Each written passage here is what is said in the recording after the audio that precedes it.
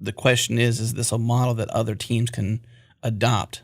One question you said, Jared, was, are there others doing it? But I think the bigger question is, could they? And is this working to do those two goals?